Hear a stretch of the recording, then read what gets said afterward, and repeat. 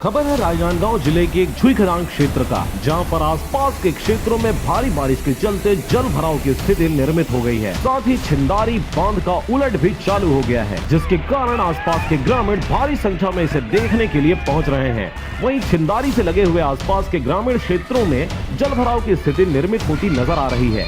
लोगों के घरों के साथ साथ आसपास के जगहों में व मुख्य मार्गों में पानी का बहाव तेज होता नजर आ रहा है। वहीं बात करें गंडई दनिया मार्ग पर पुल के ऊपर बहता पानी में टैंकर बह गया। वहीं छुईखदान से लगे हुए खैरबना के सामुदायिक भवन के चारों तरफ अधिकतम जल भराव देखा जा रहा है। छुईखदान से पारसमणि भारती के साथ चंद्र कुमार कोसरे की रिपोर्ट, आरजे रमझाझर। अगर आप चाहते हैं मीडिया में अपना करियर बनाना, रिपोर्टर, राइटर या फिर एडिटर बनना, तो आज ही संपर्क करें आरजे रमझाझर में।